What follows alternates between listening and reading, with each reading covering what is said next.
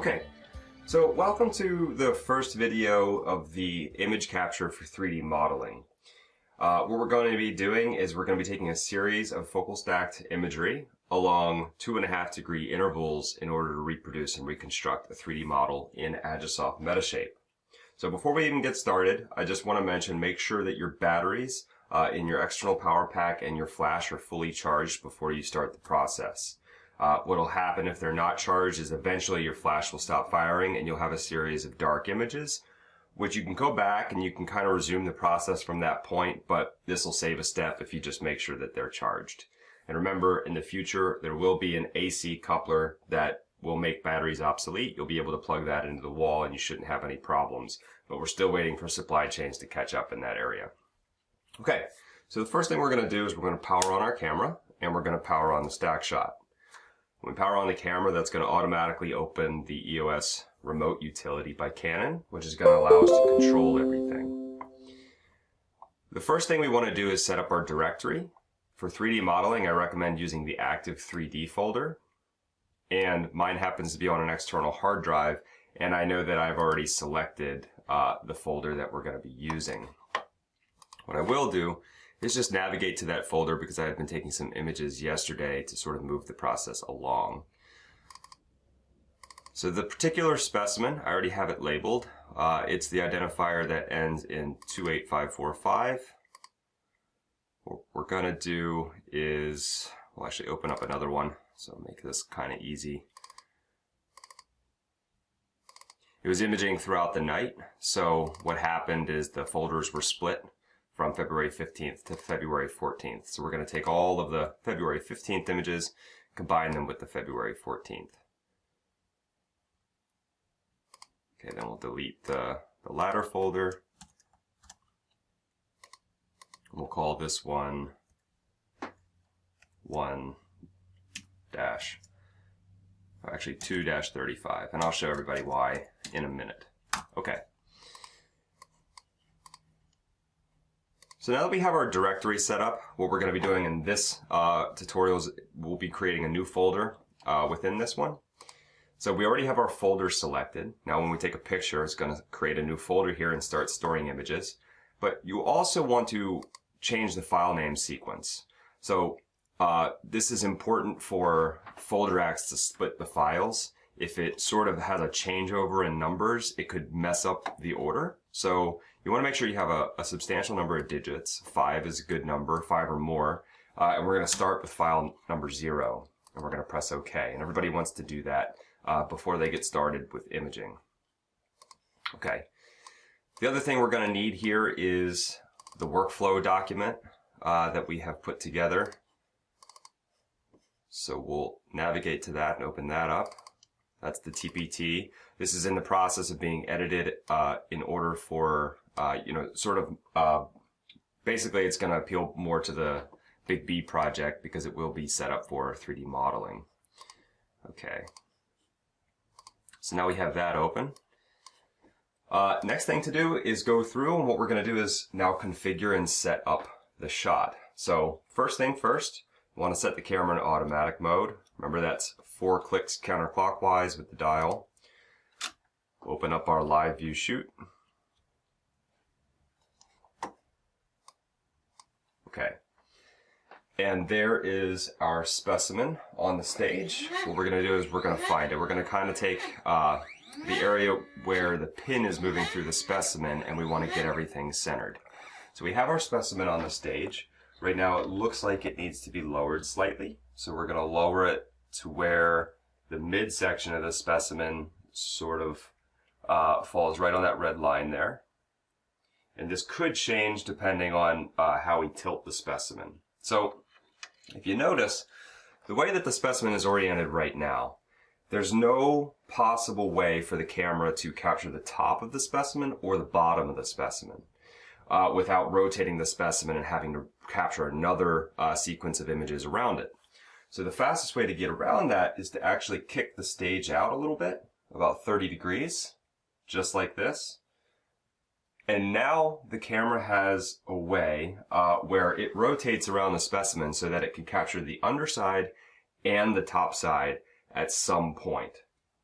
So that's kind of what you want to do as well. You don't want the stage to be perfectly vertical. You want to kick it out about 20 to 30 degrees in order to get that oblique imaging that we're after.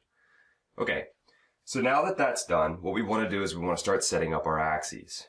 So we're going to use the up arrow. We're going to navigate to the back of the specimen until everything just starts to go out of focus. You can see the hind wing there is just starting to go out of focus now. And what you now need to do is rotate the specimen to make sure that there's no areas that kind of come back into focus. So you can see the wing there as I rotate around. It's a little bit further back in the shot. So we want to continue to pull the specimen forward to right about there until everything starts to go out of focus again. We'll continue rotating. See the stand go behind the specimen.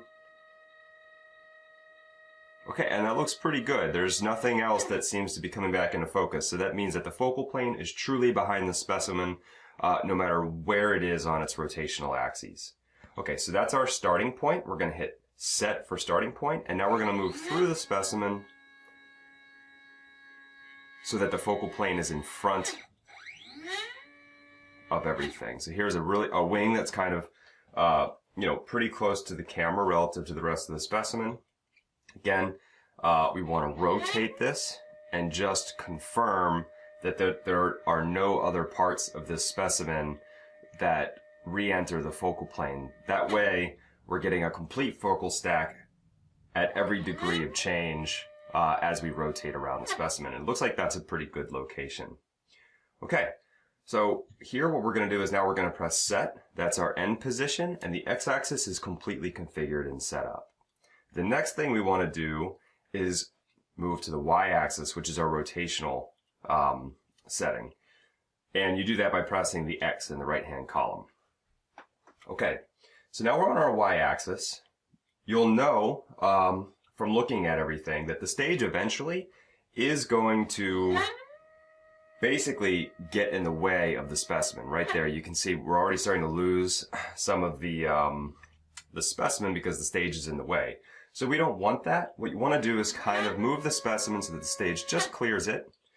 And you can kind of take a look at where the tick mark is here. So that looks to be about 240 degrees on the hash mark on the side of the rotary stage, if you can see that there. So you kind of want to remember that number, 240. That's going to be your starting position. Now what we're going to do is we're going to move the stand all the way around behind the specimen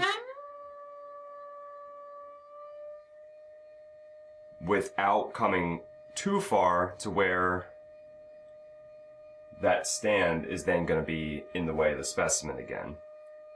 So we're not going to do a full 360 degree motion around the specimen. It's more like a 270 or 240 degree. So right here we're already starting to see the stand is getting in the way of a hind leg there. So we want to look at where we're at. It looks like we're at 120 degrees. Okay, so that's going to be our end position. Okay, so what that means is that there's 120 degrees around a 360 degree circle that we're not capturing. So you want to take 360 minus 120, and we're going to be traveling a total distance of 240 degrees. So now what we want to do is figure out along 240 degrees, how many images do we need to take in order to stop at every 2.5 degrees. So you just want to take the 240 and divide it by 2.5 degrees. And you can see here we're going to be capturing 96 total images. So what you want to do on your y-axis is change the number of steps to 96. So we're going to be taking 96 individual focal stacks at 2.5 degree intervals. Okay, so that seems like the y-axis is now all set up. Now what we have to do is combine our axes. So you're going to press the Y, and this changes the screen over to the Z-axis, which we're not using. So you're going to press the Z now, and now we're going to link axes. So mine's already set up, but I'm just going to walk you through how to do this. You want to hit Change Settings or Configure if you haven't done this before. It's going to ask you, do you want to link your axes together? You're going to answer yes. Start with the x-axis. Does the x-axis step once before moving on or complete the entire stack? In this case, we're capturing a complete focal stack before it proceeds, so we're going to press Complete. Now for the y-axis, when it is ready to move, does it step once or complete the entire stack? This is going to be one step of 2.5 degrees before it moves on to the next stack, so we're going to press step. We're not using the z-axis, so when it asks us to include it, you're going to press no, and now you're completely set up here. The next thing is getting our lighting conditions correct. So, you want to close your live view window, and you want to open up your quick preview. You want to take your neutral gray felt, stretch it really, really tight all the way across the lighting dome here, and then just stick it onto the Velcro circles. Now you want to make sure it's nice and tight, that way there's no undulating variation where you might have light or dark patches across your material. The other thing you want to do in this instance is you kind of want to pull your flashes away a little bit and beef up the ISO. That way you get a little bit more even lighting all the way throughout your specimen. If it's really close, there might be intensely lit areas of the background that sort of have much brighter areas and much darker areas. So if you pull your lighting away a little bit, it's going to help with that. Also, again, same as always, you want to make sure that your lights are never coming into contact with an item that's with any part of the specimen. So I can see that the wing is pretty forward where it is currently. I'm just going to take this flash and move it a little further back to make sure that it's never coming into direct contact.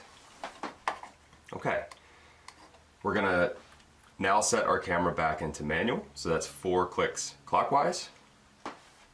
We already have our flash on, and what we want to do is navigate to our table. So we're at 1x magnification here.